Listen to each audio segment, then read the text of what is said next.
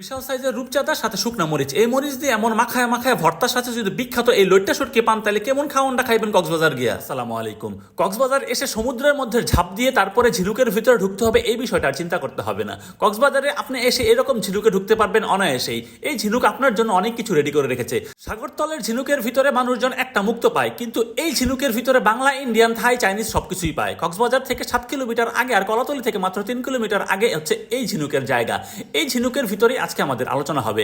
এই ঝিনুকে আপনি এইরকম যেমন কাবাব পাবেন, এই কাবাবগুলির পাশাপাশি আরো কি কি খাবার দাবার পাবেন সেই বিষয়টা নেওয়ার জন্য ঝিনুকের ভিতর ঢুকে বসে আছি। ঝিনুকে খাবেন দাবেন ভালো কথা, ছাড়বেন কোথায় সেই বিষয়টাও আপনাদেরকে দেখিয়ে দিলাম। এখান থেকে ফ্রেশ হয়ে এসে আমাদের মতো বসবেন, তারপর কি কি খাবেন সেই বিষয় নিয়ে আলোচনা করবেন। এই ভাইদের আমন্ত্রণে আমি কক্সবাজার ঝিনুকের মধ্যে আসলেও এই ভদ্রলোকদের মজা দেখে বুঝতে পারছেন তারা কি পরিমাণ আনন্দে আছে। একজন আরেকজনকে বিদায় দিলেও আর এরকম ভাই ব্রাদাররা কত মজা নিয়ে সেলফি তোলার মাধ্যমে তাদের খাবার দাবারের বিষয় দেখাচ্ছে। 240 টাকা দামের এই গরুর বিরিয়ানি দিয়ে আমার খাওয়া দাওয়া শুরু। কক্সবাজারে গিয়ে বিরিয়ানি খাওয়াটা খুব বেশি কাজের কথা না, খাবেন এইরকম রূপচাঁদা। 250 টাকা দামের এই রূপচাঁদাটা যদি আপনি খান তখন আপনার কাছে টাকাটা একটু বেশি মনে হতেই পারে, কারণ 250 টাকা দিয়ে আসলে অনেক কিছুই করা যায়। তবে এই রূপচাঁদাটা আসলে স্পেশাল, তারপরও দামটা কিঞ্চিত বেশি মনে হয়েছে। এইটা দেখে যে আপনাদের মুখে লোল চলে এসেছে এটা আমি কনফার্ম। এই জিনিসটার দাম হচ্ছে 30 টাকা। এটা হচ্ছে বেগুন ভর্তা। ভর্তা দিয়ে মজা করে ভাত খাবেন একজনের পরিমাণে, ভাতের দাম হচ্ছে 30 টাকা।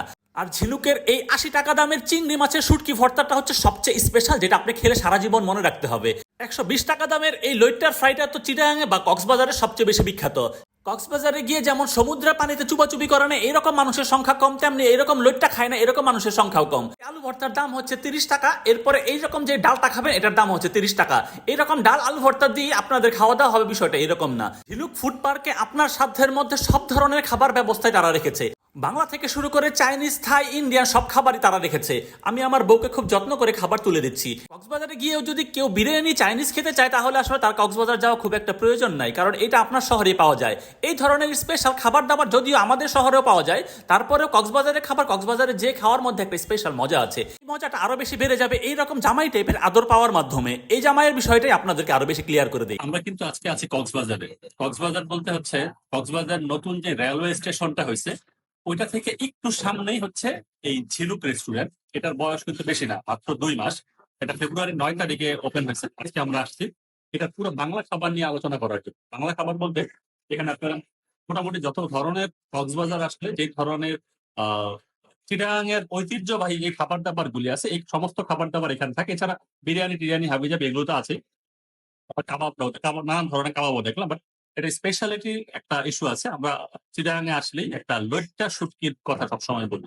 এই লইট্টাটা এখানে একটা স্পেশাল পার্ট। এখন অন্যান্য জায়গার বিষয়টা বলতে পারবো না, এখানেও একটা লইট্টা শুটকি আছে। এটা আপনারা যারা খাবেন তারা আসলে এটার মানের জায়গাটা চিন্তা করতে পারবেন। কলাতলে ডলফিন মোড় থেকে যে কোনো অটোকে বললেই হবে আমি ঝিনুক রেস্টুরেন্টে যাব, তারা নিয়ে যাবে। আপনাকে 30 থেকে 40 টাকা বা সর্বোচ্চ 50 টাকা ভাড়া নেবে। আর আপনারা যারা কক্সবাজারে এই রেলওয়ে স্টেশনের সামনে দিয়ে যাবেন তারা তো সামনে এটাকে পাবেন। ঢাকা বা অন্যান্য ডিস্ট্রিক্ট থেকে যারাই কক্সবাজারের দিকে ঢুকবো তারাই হাতের ডান দিকে এই ঝিনুক রেস্টুরেন্ট দেখতে পাবেন। এখন পর্যন্ত তাদের খাবার খেতে গেলে এইরকম প্রেম জেগে উঠবে। দলবল সহ আপনারা যখন খাবেন তখন আপনাদের কাছে বেশ মজা লাগবে, তবে ভবিষ্যতে কি হবে বলতে পারি না।